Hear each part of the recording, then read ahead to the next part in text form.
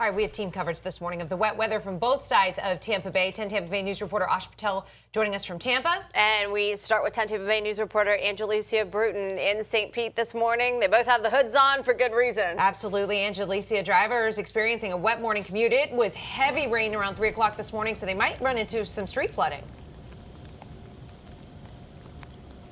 Yes, and that heavy rain stayed here in northeast St. Pete until about 5 a.m. It started to slow down around 5:15-ish. I noticed that the rain started to slow down here in northeast St. Pete. And right here in this area here on Coffee Pot Boulevard, you can see that they have a portion of the road blocked off. You can see that it's already starting to flood a little bit in the street on both sides of the road. You can see where water is starting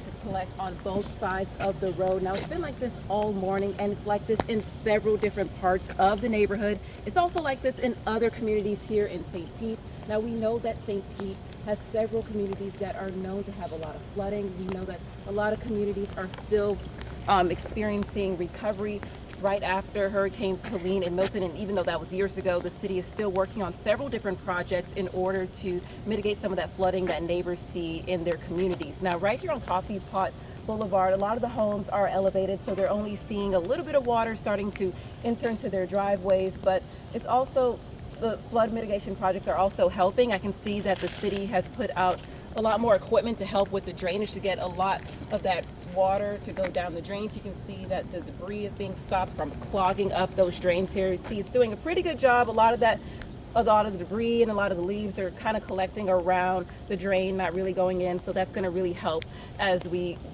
get more rain in this area with flooding as people are starting to wake up and get ready for work.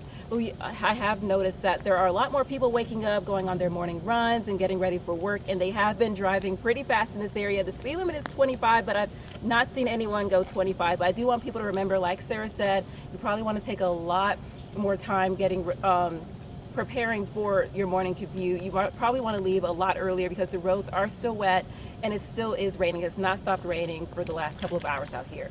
Now, live in St. Pete, Angelicia Bruton, 10 Tampa Bay News. Those are some committed morning athletes. Yeah, getting out in the rain. Better than I would be. Well, let's take you to Tampa right now. 10 Tampa Bay News reporter Asha Patel is live for us this morning. Asha, how are drivers doing there in South Tampa this morning? Yeah, as of right now, we are seeing drivers driving at the posted speed, but I want to show you that the roads are starting to collect more water. You can see some ponding here at the intersection. This is an area that floods often and quickly. South Tampa, Gandy Boulevard, and Manhattan over here.